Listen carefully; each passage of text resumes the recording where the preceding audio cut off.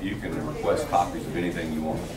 Yeah, it is. I've already had some TV shows come in. They want to give us all your funny videos. You know, it's because that's big business. Yeah. And some of them are humorous. I mean, we enjoy sitting around the office and watching them. I mean, it's you know, it's just like that. You know, what's the last thing a redneck says when he dies? Hey, y'all, watch this. We have some of those type videos. It's good. Yes, ma'am. All right. I can see your smile. Boy, you're loving that new technology. Oh, yeah. I can tell by that. So you said in the beginning that you're consolidating and this and this and this is all good. It's all going into one. Right. Correct? Just for my own personal information, is that part of the budget where you have to hire new people to do all this input, data input? That seems like a lot of, or did you just have people that were already there able to do it? Well, that's another good question. We didn't hire anybody else. We didn't have the money to. We had the X number of dollars to buy the software.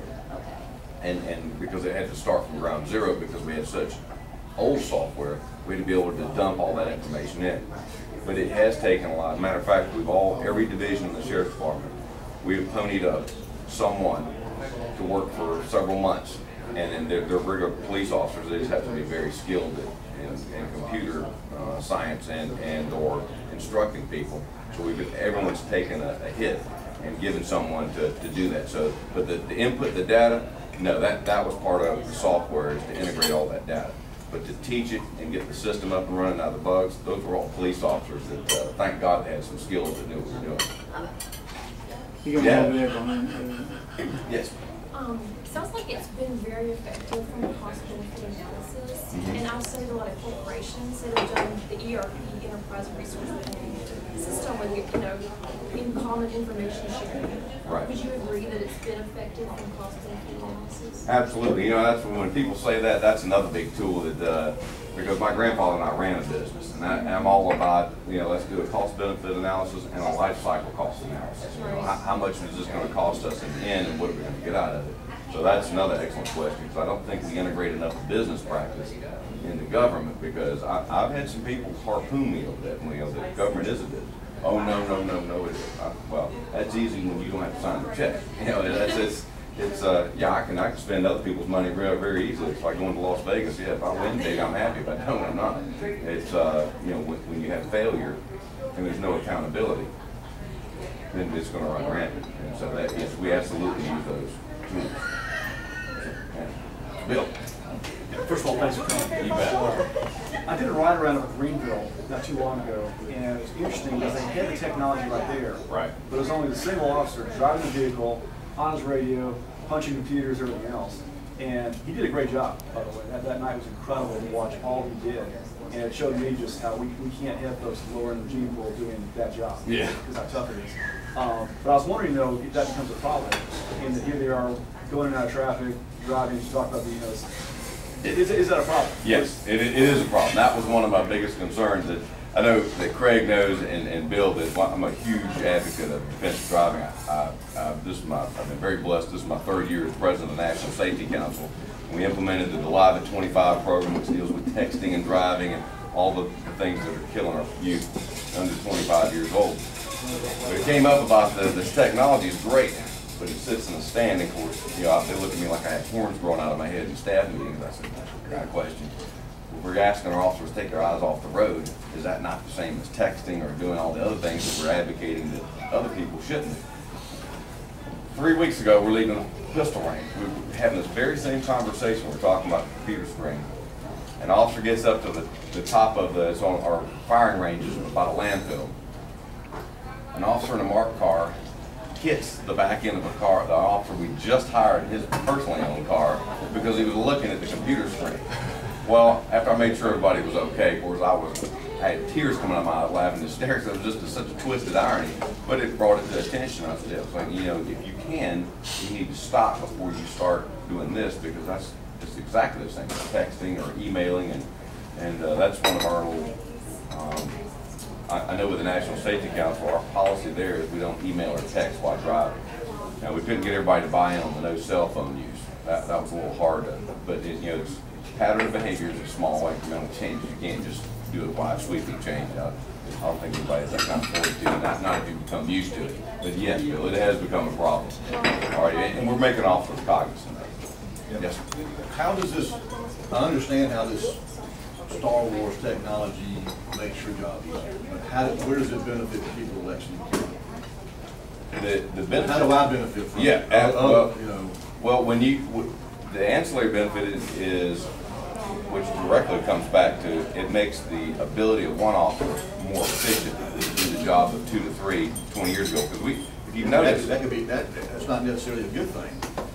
well, no, it isn't, because it's that old adage, you can do more with less. The problem, and the people said, we all are doing a great job at the sheriff's department. Crime is down in Lexington County when other people are experiencing, crime burst. They track various different crime, violent crime, property crime. But the problem you have, the reason why is, yes, the officers are doing a great job of crime going down, but we haven't increased our personnel since 1997. We've had a couple here in administrative, but actual boots on the ground, we haven't had an increase. We should be probably 60 to 70 officers more than what we are. But technology is what's allowed. We work smarter, not harder. Which, by the way, Holiday Inn stole that from me. I was getting ready to copyright that. But it's we work smarter, not harder, because what we're able to do is track, analyze, and deduce for crime. We do it with impaired drivers. We do it with index crimes. We look at, okay, why is this happening? And then we go on our top 10 list of crime is like real estate. You got 80% of the people committing 20% or 20% of the people committing 80% of the crimes. It's kind of like real estate. You got that small group of people sell all the big houses and manipulate the market. Well, that's the way crime is. Usually your recidivism is very high, and you can just about bank on, if you have a rash of burglaries, copper, metal's very high right now. Copper theft. I mean, I've never seen the level of theft. People will take a Sawzall and steal an air conditioner unit in 2 seconds. And just, it's not very smart, but I've seen them do it even with live current on it. So talk about shallow into the gene pool. That's why lions eat antelopes. I tell people that all the time. Yes.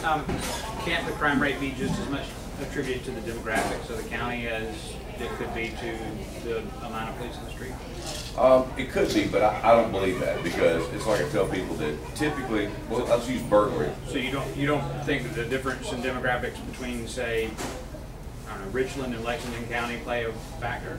I mean, play one of the primary factors? Well, and I joke with Leon a lot about this all the time. I said if he could keep all his folks on Broad River Road and stop coming over into Lexington County, our crime rate would plummet. So in that respect, it does.